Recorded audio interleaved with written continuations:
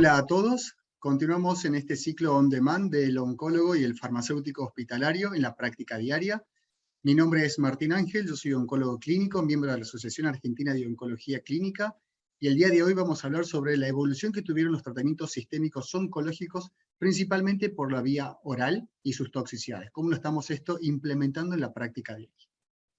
Estos son mis conflictos de intereses. Vamos a empezar con un poco de historia. A veces es aburrido, pero es súper interesante conocer la historia de la medicina y la historia de los distintos fármacos. Y todo empezó, lamentablemente, con la guerra, el gas mostaza, en el año 1917. Ahí aparecen los primeros ejemplos de que el gas mostaza, o principalmente ciertos químicos, funcionaban para lograr remisiones completas. Por eso, en 1942 aparecen los primeros reportes de una curación o una remisión completa de un linfoma de Hodgkin con quimioterapia. Esto fue el puntapié inicial, y esto lo hizo Goodman y Gilman, uno de los grandes autores de los distintos libros de farmacología que tenemos hoy en día, que demostraron este beneficio de la quimioterapia sistémica para lograr el control de la enfermedad. Por suerte, abandonamos esa parte triste de la historia que fue la guerra, y la remisión completa puso un puntapié inicial para las combinaciones, y fue a nivel de 1970 donde aumentó las combinaciones de distintas drogas para aumentar de esa forma la supervivencia de los pacientes en distintas patologías. Fíjense cómo cayó la mortalidad por distintos cánceres, tanto en varones como en mujeres, como en la población general, por el uso de la quimioterapia en combinaciones. No cabe en duda que hoy la mayoría de los tumores requieren algún manejo sistémico y requieren de esta combinación de distintas drogas para su tratamiento. Es así de que apareció desde el año 1970 lo que se llamó la poliquimioterapia, con el objetivo de evitar resistencias y menores toxicidades. Eso, basado en este gráfico, que es lo que están viendo en esta parte, en la parte inferior, es el modelo del crecimiento gompersiano que pueden llegar a tener las células. Normalmente una célula tumoral tiene un crecimiento lineal exponencial cuando no tiene ninguna terapia. Cuando utilizamos una droga, producimos algún tipo de descenso de las drogas, pero después logra algún tipo de resistencia. Con 2 drogas o con más, logramos remisiones completas mayores y duraderas en el tiempo, que es uno de los objetivos que tenemos como oncólogos hoy en día. Por lo tanto, el presente de la oncología es buscar esa combinación de drogas, evitando resistencias y evitando toxicidades serias, obviamente. Para eso apareció lo que se llamó quimioterapia metronómica. La quimioterapia metronómica es la administración de una quimioterapia a dosis bajas, pero con mayor frecuencia, a intervalos regulares y más cercanos, con el objetivo de esto, de tratar de intensificar la reducción de la masa tumoral a una menor toxicidad, porque disminuíamos las dosis de los fármacos. Esto evitaba la repoblación celular como uno de los grandes objetivos y reducía la posibilidad de la resistencia tumoral. Obviamente que todo esto se debió a que se pudo hacer todo esto con la evolución de la quimioterapia, principalmente pasando de endovenoso a lo que es vía oral. Y eso, como ven, tenemos varios ejemplos, hay varios mecanismos, hay varias drogas, que se pueden utilizar hoy en día, que pasaron a ser para el uso metronómico de forma continua, y eso tenemos, por ejemplo, la talidomida, el etoposide oral, la vincristina oral, la ciclofosfamida, una de las tantas y viejas conocidas, el metotrexate oral, entre otras que venimos usando. Por lo tanto, esto fue factible y evolucionó radicalmente el tratamiento de los pacientes. En distintas patologías funciona. Cáncer de mama fue la pionera en utilizar lo que se llama bajas dosis de metotrexate y ciclofosfamida, o sea, metronómica, para evitar el crecimiento tumoral. Y obviamente las toxicidades, vuelvo una atrás, las toxicidades son parecidas a lo que vemos habitualmente con la mayoría de los tumores, con la mayoría de los fármacos endovenosos también. En otros tipos de poblaciones, como por ejemplo cáncer de próstata, también se vio el uso de ciclofosfamida oral para el cáncer de próstata. Fíjense que las toxicidades son similares a lo que conocíamos habitualmente con estas drogas de forma endovenosa. Y no se vio afectada la supervivencia de los pacientes, como ven en el gráfico de la derecha. Luego, como les dije al principio, la combinación de drogas, tanto capecitabina con vinorelbine, con mecanismos de acción, yo sé que la mayoría de ustedes son farmacólogos o farmacéuticos y saben muy bien el mecanismo de acción de estos medicamentos, pero fíjense que son 2 mecanismos de acción totalmente distintos, por lo tanto, potenciamos de esta forma las tasas de respuestas, evitando así las toxicidades mayores. Como ven en este gráfico, en el cuadro, la mayoría de las toxicidades son grado 1 y 2, eso es lo habitual que vemos, o sea, no aumenta y no potencia la toxicidad. Fíjense que las neutropenias, grado 3 o 4, son en baja medida, que son las riesgosas para el paciente. Por lo tanto, estos son esquemas que son compatibles y seguros para poder utilizarlos. Eso sí, no están exentos de toxicidades, claramente. Principalmente la capecitabina tiene un efecto adverso típico de clase, que es el hand foot. Esas son las fotos de un paciente que está recibiendo quimioterapia con capecitabina, donde tiene ese endurecimiento de las palmas de las manos, enrojecimiento y a veces ampollas que limitan significativamente la actividad diaria de los pacientes. Vamos moviéndonos un poco más allá y desde 1942, que tuvimos la primera remisión completa con un agente de quimioterapia, fuimos conociendo mucho más de lo que fue la biología de la enfermedad, la biología celular y lo que hoy llamamos medicina de precisión permitió de que pudiéramos utilizar ciertos medicamentos, también por vía oral, para el tratamiento específico de la enfermedad. ¿Esto qué significa? Medicina de precisión es un tratamiento personalizado. Esto significa que tenemos que buscar la presencia de un biomarcador en el tejido tumoral o a veces en sangre de los pacientes para ver si el tratamiento aplica para ese tumor o ese biomarcador. Esto significa seleccionar molecularmente a los pacientes y predecir algún tipo de respuestas. Lo que queremos es seleccionar a los pacientes que se vayan a beneficiar de la droga y si tienen que pasar algún tipo de toxicidad, sea con algún tipo de beneficio. Esto significa personalizar la medicina y armar un traje a medida para cada paciente. No todos los tratamientos son iguales para todos los pacientes. Y esto se logró por el conocimiento de la célula tumoral y sus distintas vías de activación o mecanismos intrínsecos que tiene la célula tumoral. Normalmente sabemos que la quimioterapia actúa específicamente sobre el núcleo, indistintamente de cuáles son las vías activadoras que tiene habitualmente.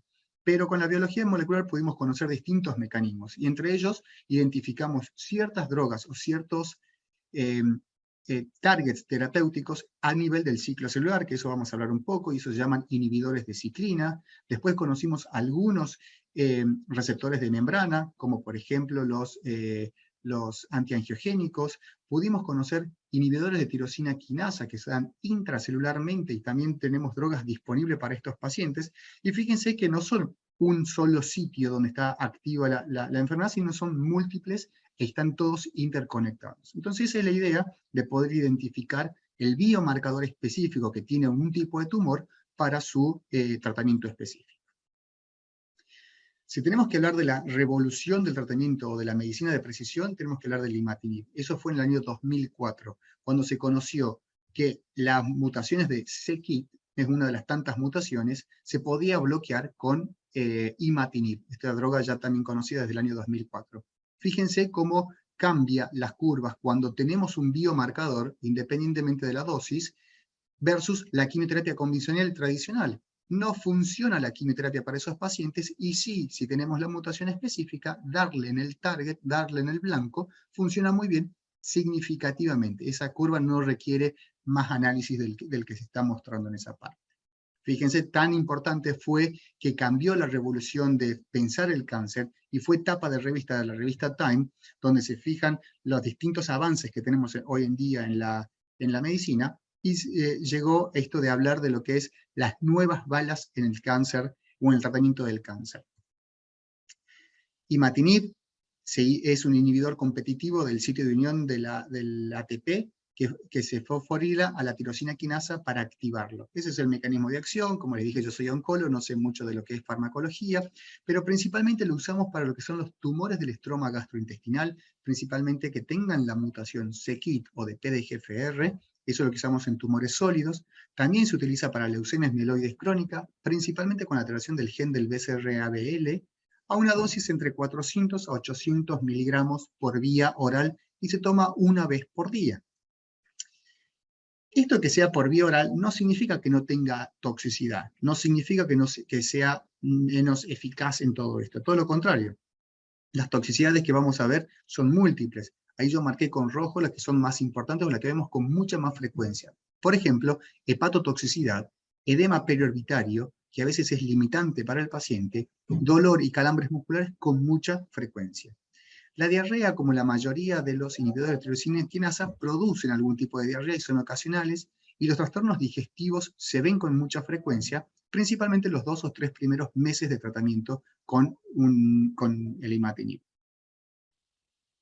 Ya moviéndonos de escenario y cambiando de drogas, como les dije, el ciclo celular puede ser uno de los grandes sitios donde podemos accionar o actuar con algunas drogas, y conocemos que el ciclo celular se dispara cuando tenemos algunas ciclinas. Las ciclinas son distintas proteínas que se activan por distintas opciones. Por ejemplo, los receptores de hormona, el estrógeno, la progesterona, en el cáncer de mama, se ven activados o potencian la disparación de la ciclina D, y esto permite el avance de la célula en el ciclo celular. Por lo tanto, si una ciclina D está amplificada en el 15 al 20% de los casos, es un sitio importante para que nosotros podamos accionar o bloquearlo. Bloqueándolo con un inhibidor de ciclina, CDK4/6 específicamente, lo que hacemos es disminuir la fosforilación del retinoblastoma, y esto frena a la célula tumoral o frena a la célula en el ciclo celular, llevándola a la apoptosis, llevándola de esa forma a la muerte celular. Inhibidores de ciclina tenemos muchos hoy en día, se utilizan principalmente para cáncer de mama, se utilizan en combinación con inhibidores de aromatasa, que son otras hormonas como el letrozol, principalmente en primera línea de receptores hormonales positivos, HER2 negativos, y algunos pacientes pueden recibirlo como monoterapia. Como les dije, el mecanismo de acción es el mismo para los 3 fármacos, tanto el palbociclib, el ribociclib o el abemaciclib, pero tienen distinta farmacología. Unos se utilizan, fíjense, estos dos se utilizan de forma durante 21 días, o sea, tienen una semana de descanso, versus el abemaciclib, que es de forma continua, no tiene interrupciones en el tratamiento. Las toxicidades principales del palbociclib son la neutropenia y la alopecia. Para el ribociclib hay que hacer controles de electrocardiograma los 2 primeros meses, porque puede causar una prolongación del QT específica, también la neutropenia, como todos los inhibidores de ciclina, y el abemaciclib tiene una característica, aparte de la neutropenia, la diarrea. Es muy importante los 2 o 3 primeros meses del tratamiento, y los pacientes requieren algún tipo de tratamiento con loperamida para frenar esas diarreas tan intensas. Las curvas de la eficacia de la medicación no caben duda de que son sorprendentes y revolucionaron el tratamiento de la primera línea de cáncer de mama hormonosensibles, con la incorporación de los inhibidores de ciclinas al tratamiento o al arsenal terapéutico. Otros de los biomarcadores también muy utilizados hoy en día en cáncer de mama son los inhibidores de PI3K. Si se acuerdan, PI3K, en el gráfico anterior que le había mostrado, también es uno de los tantos que puede disparar en la vía intracelular para activación y promover así el crecimiento de la célula tumoral. El PI3K es una de las tantas proteínas, o de tantos genes, perdón, que están involucrados en este crecimiento desenfrenado que tiene. Entonces fue uno de los grandes targets que tenemos para bloquearlos a los pacientes. En cáncer de mama, la mutación del PI3K es uno de los tumores con mayor frecuencia que se pueden utilizar. Principalmente se ve detectado en aquellos pacientes que fueron progresadas a inhibidores de ciclina, que es lo que le conté recién, tanto el palbociclib, el ribociclib o el abemaciclib. Y muchas veces se utiliza en combinación con fulvestrant. Fíjense, y acá volvemos a repetir ese mismo concepto, donde las combinaciones de drogas a lo largo del tiempo favorecen y potencian de esta forma las distintas opciones de tratamiento para los pacientes. Otra vez, no están exentos de toxicidades. Las toxicidades más frecuentes son diarrea, que es bastante molesta para las pacientes, pero eventualmente puede desarrollar algunas toxicidades serias, como la neumonitis o el rash, y esto debemos tener esa precaución y alertar y capacitar a los pacientes para que estén alerta a algunos síntomas, para que consulten de forma temprana en el tratamiento de estos eventos adversos. De vuelta, la eficacia es sorprendente, a pesar de que aquellos pacientes que tuvieron refractariedad a los tratamientos previos siguen respondiendo a la hormonoterapia con combinaciones de nuevas terapias orales. Ahora sí, moviéndonos de modelo tumoral, pasamos al cáncer de riñón. Sabemos que el cáncer de riñón es un tumor muy vascularizado, donde tiene una alta expresión del factor de crecimiento del endotelio vascular. Esta proteína favorece el crecimiento de nuevos vasos sanguíneos, favoreciendo así el crecimiento tumoral y la expansión, la invasión y la metástasis. En cáncer de riñón, esta molécula está altamente expresada por los sensores de poco oxígeno que se llaman HIF, que aumentan de esta forma la expresión de VEGF, y esto se arma un círculo negativo que favorece y hace el desarrollo continuo de la enfermedad. Obviamente los antiangiogénicos vienen a actuar en este punto donde bloqueamos los factores de crecimiento del endotelio vascular para disminuir el crecimiento tumoral. Hay varios, muchísimos. Acá hay un resumen básicamente de algunos de los que podemos utilizar por vía oral. Existen algunos por vía endovenosa, que no es el tema de esta presentación, pero yo acá les puse algunos de los inhibidores de los factores de crecimiento del endotelio vascular que utilizamos frecuentemente en cáncer de riñón. El más viejo de todos es el sunitinib, es el más antiguo, es uno de los primeros que tuvimos para el cáncer de riñón. Daba sorprendentes tasas de respuestas, pero hoy por suerte ya está en desuso porque tenemos drogas nuevas. Pero lo que yo quería remarcar acá es básicamente la vida media de los medicamentos, donde algunos van de 40 horas, otros van hasta 72 horas y otros van hasta 30 horas. Hay algunos muy pobres, como son los de vida media de 6 horas, y eso es muy importante por el hecho de los eventos adversos que vamos a utilizar, que vamos a identificar a lo largo del tratamiento. Porque si yo tengo que suspender un medicamento, tengo que al menos suspender entre 72 horas para empezar a ver mejoría cuando utilizo cabozantinib, o debo esperar 40 horas cuando utilizo sunitinib. En cambio, para aquellos pacientes que tienen alto riesgo de toxicidades o altas comorbilidades, el axitinib podría llegar a ser una muy buena alternativa porque en solo 6 horas yo ya bajo la concentración sanguínea de esta medicación, evitando toxicidades a largo plazo. Entonces, acá de vuelta la farmacología viene a jugar un rol muy importante para que sepamos cuál es el fármaco que vamos a utilizar en ese momento en particular. ¿Cuáles son los usos de los inhibidores de tirosina quinasa? Son principalmente para cáncer de riñón, en primera línea, que puede ser en combinación con inmunoterapia, ya sea nivolumab más cabozantinib o pembrolizumab más lenvatinib, entre otros. Yo pongo ejemplos acá. Monoterapia en segunda o tercera línea, posterior al uso de la inmunoterapia, y el cabozantinib o el axitinib son las drogas de elección. O pueden ser combinaciones de dos drogas totalmente distintas, como el antiangiogénico que es el lenvatinib más un inhibidor de mTOR como el everolimus. Son dos drogas también altamente expresadas estas proteínas en cáncer de riñón. También tienen otras indicaciones, y no solamente para cáncer de riñón, como por ejemplo el lenvatinib se utiliza para, perdón, acá hay un error, fíjense, esto no es cáncer de riñón, sino es cáncer de tiroides, y el sorafenib también se utiliza para hepatocarcinoma. La toxicidad, múltiples eventos adversos, hay muchos que son de clases, pero lo principal que vamos a ver es lo que están marcados en rojo: diarrea, mucositis, y una mucositis muchas veces limitante, la cual tenemos que capacitar al paciente que apenas empieza a presentar algunos eventos adversos de mucositis, suspenda rápidamente la medicación para evitar prolongar en el tiempo. El hand foot es otro de los eventos adversos frecuentes. El hand foot es esa toxicidad cutánea muy parecida a la que veíamos con capecitabina, pero acá es intensa, se puede hasta descamar y puede ser ampollas. Ya enseguida les muestro algún par de fotos.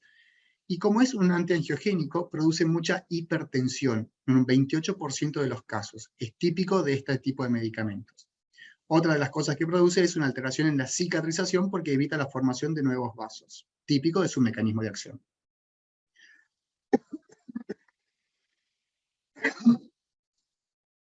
Perdón.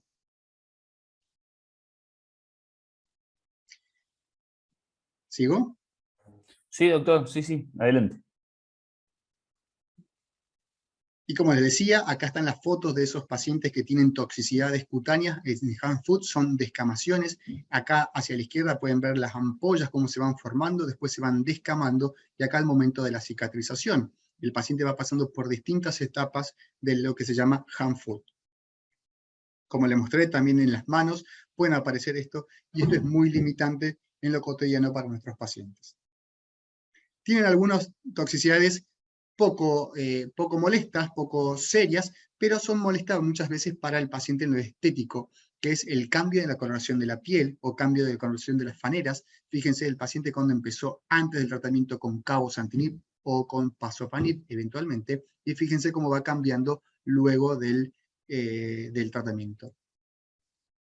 Hay toxicidades un poco más serias y más graves, como son los rash cutáneos, que pueden ser extensos en todo el cuerpo, requieren internación. Fíjense, ahí está la vía de internación, porque requiere la internación, manejo sistémico del rash. Eso es fundamental porque produce mucha vasodilatación, produce fiebre, produce hipotensión, entre algunas de las cosas que puede causar. Y como también les conté, alteración de la cicatrización de los pacientes que hayan tenido algún tipo de antecedente traumático. Este es un caso donde en la juventud el paciente tuvo una colocación de una osteosíntesis y con el uso de cabozantinib empezó a abrirse las heridas, y eso empezó a demorar la cicatrización de la herida. Típico de los antiangiogénicos, ya sea de forma oral o forma endovenosa, que utilizamos habitualmente. Seguimos cambiando de modelos tumorales. El cáncer de pulmón fue quizás uno de los grandes modelos tumorales donde de las terapias dirigidas o las terapias por vía oral revolucionó el tratamiento. Fíjense cómo considerábamos al cáncer de pulmón en el año 2000, donde teníamos por histología principalmente, y ahora post-2000 empezaron a aparecer distintas estrategias terapéuticas para cada una de estas mutaciones que van apareciendo. Hoy, por lo tanto, entre el cáncer de pulmón debemos decir que es un adenocarcinoma con o sin algunas de estas mutaciones. Y en caso de que estas mutaciones estén presentes, existen tratamientos específicos para ello. Estas son las distintas vías que se pueden activar en cáncer de pulmón, ya sea en la ALK o ya sea los inhibidores de EGFR, los primeros que aparecieron. Hago un paréntesis, quizás. Yo puse en las distintas drogas distintos modelos tumorales y las drogas más utilizadas, pero existen múltiples, no son las únicas, porque si no la clase es eterna, ¿no? El erlotinib, por ejemplo, inhibidor competitivo del receptor del crecimiento del epitelio, principalmente cuando están las deleciones del exón 19 o las mutaciones del exón o mutaciones de L858R son las más frecuentes y son las más sensibles a estos medicamentos, ya sea erlotinib, osimertinib o lazertinib, que es el de tercera generación, el que más frecuentemente o mejores potencias está mostrando. Son todos distintas farmacologías, todas se utilizan por vía oral, pero también tienen toxicidades, algunas típicas por la clase o por la vía en la que están actuando, y básicamente es la dermatitis. Se presentan con un rash acneiforme muy característico, parecido al de la pubertad, extenso, muy principalmente en el rostro, en el escote, que muchas veces son de grado leve, 1 o 2, y otras veces requieren algún tipo de tratamiento sistémico con corticoides y con antibióticos para disminuirlo. Algo muy típico es la neumonitis, que si utilizamos radioterapia, que en cáncer de pulmón muchas veces se requieren tratamiento con radioterapia, esto puede potenciar el fenómeno de neumonitis, entonces tenemos que tener una precaución extrema para estos pacientes. Otras toxicidades menos frecuentes, como la hipertensión, la diarrea y la hepatotoxicidad, son típicos de algunos pacientes que requieren algún tipo de control en particular. También para cáncer de pulmón están los inhibidores de ALK o inhibidores de RET, que son fusiones detectadas por inmunistoquímica o mutaciones detectadas por nuevas tecnologías moleculares, y las drogas utilizadas son el crizotinib, el alectinib o el lorlatinib en distintas dosis, como figuran ahí. También tienen sus efectos adversos. La neumonitis, y principalmente para cáncer de pulmón, es uno de los eventos adversos más frecuentes. Hay unos eventos adversos típicos o característicos, que es alteración del lenguaje o intentos de suicidio con el lorlatinib, que son específicos básicamente por la farmacología. Tienen mucha penetrancia en el sistema nervioso central, evitan las metástasis en el sistema nervioso central, pero dan estos eventos adversos típicos. Por lo tanto, en esos pacientes con ALK mutados que tengan alteración del lenguaje, alteración de la conducta o intentos de suicidio, tenemos que estar alerta, modificar la dosis, obviamente corroborar que no tenga progresión de la enfermedad, pero eventualmente, si los pacientes siguen con estos, cambiar o rotar de tratamiento específico. Moviéndonos del modelo tumoral, el melanoma es otro de los modelos tumorales que mostró una revolución en el tratamiento. Fíjense en este gráfico de la izquierda, donde el DTIC, que es la dacarbazina, que es quimioterapia, funciona muy mal para los melanomas, pero cuando esos melanomas le identificamos un biomarcador como como la mutación de BRAF en el B600C y utilizamos un inhibidor de BRAF, funciona significativamente muy bien. Si se acuerdan, la primera diapositiva del imatinib es muy similar. Quimioterapia francamente le va muy mal a los pacientes e identificando un biomarcador, bloqueándolo específicamente, mejora significativamente la supervivencia. Hoy los inhibidores de BRAF y los inhibidores de MEK se utilizan en conjunto, sobre todo para aquellos pacientes que deben tener la mutación del B600E. Hay distintas combinaciones y esto tiene que ver una cuestión no solamente farmacológica, sino por la empresa quien lo desarrolla. Dabrafenib y trametinib está comercializado por Novartis, Bemurafenib y cobimetinib está comercializado por Roche, y encorafenib y binimetinib está comercializado por Pfizer. Por lo tanto, las combinaciones no tienen una estrategia farmacológica en sí, sino más que nada una estrategia comercial. Pero las combinaciones en sí funcionan muy bien, todas por igual. La farmacología son distintas. Algunas se toman la mayoría del dabrafenib se toman la de inhibidores de BRAF, perdón, se toman cada 12 horas, otras se toman una por día, pero fíjense lo que yo les puse acá. ¿Cuántos comprimidos por día debe tomar el paciente? En esta combinación toman 5 comprimidos por día, en esta combinación toman 10 comprimidos por día, y en esta combinación 8 comprimidos por día. Y eso habla más que nada de la calidad de vida y cómo el paciente tiene que estar pendiente de la toma de algunos medicamentos a lo largo del tiempo, engorrosamente, y es molesto, que es la principal queja que obtenemos de los pacientes cuando le indicamos estos tratamientos. Hay toxicidades típicas, independientemente de la combinación, pero por farmacología sabemos que la mayoría de los pacientes producen rash, que es esa fotosensibilidad, principalmente a la exposición solar o a las fuentes de calor. Por ejemplo, y el caso más típico que hemos observado es esos pacientes que hacen algún tipo de asado el domingo y están al momento del fuego, están muy cerca del fuego, también aparece esa fotosensibilidad. La educación del paciente es fundamental, alertar al paciente sobre estos posibles eventos adversos es fundamental para evitar que tenga complicaciones mayores. Otro evento adverso frecuente que vemos con estas combinaciones son tanto fiebre como pirosis, y son típicas. Obviamente que hay que descartar otras etiologías como infecciones, sepsis, entre otras de las cosas, o misma progresión de la enfermedad, pero la fiebre y la pirosis son típicas de esta combinación. Se maneja suspendiendo 48 horas los 2 medicamentos y ver cómo evoluciona. Si se repite o es de mayor intensidad, hay que ajustar la dosis, reducirlas a lo largo del tiempo para que se mantengan en tratamiento todos los pacientes. Otras toxicidades menos frecuentes son la hepatotoxicidad y la diarrea, y como todo medicamento puede causar prolongación del QT, donde tenemos que hacer un seguimiento estricto o acompañado del cardiólogo. Ahora vamos a hablar de una terapia un poco más difícil de entender a veces, pero es lo que se llama terapia agnóstica.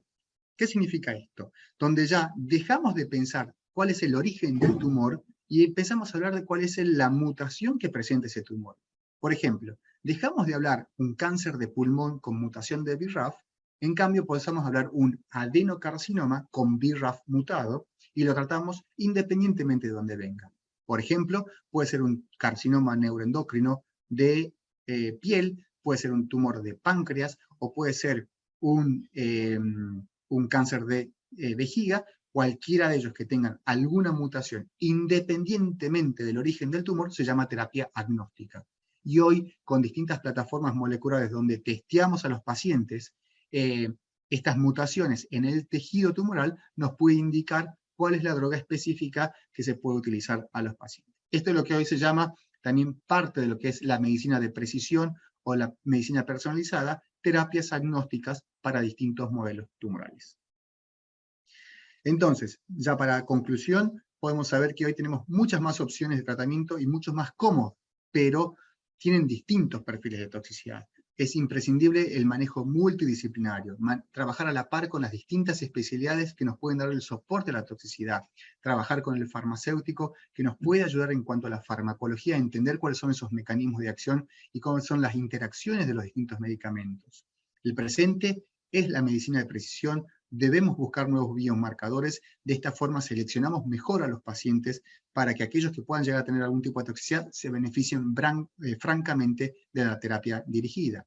La investigación sigue siendo la clave, debemos incluir a los pacientes en ensayos clínicos, conocer mucho más todavía de la biología molecular y de la biología del cáncer ayudará a entender mucho mejor el tratamiento de los pacientes. Con esto, muchas gracias y dispuesto a las preguntas.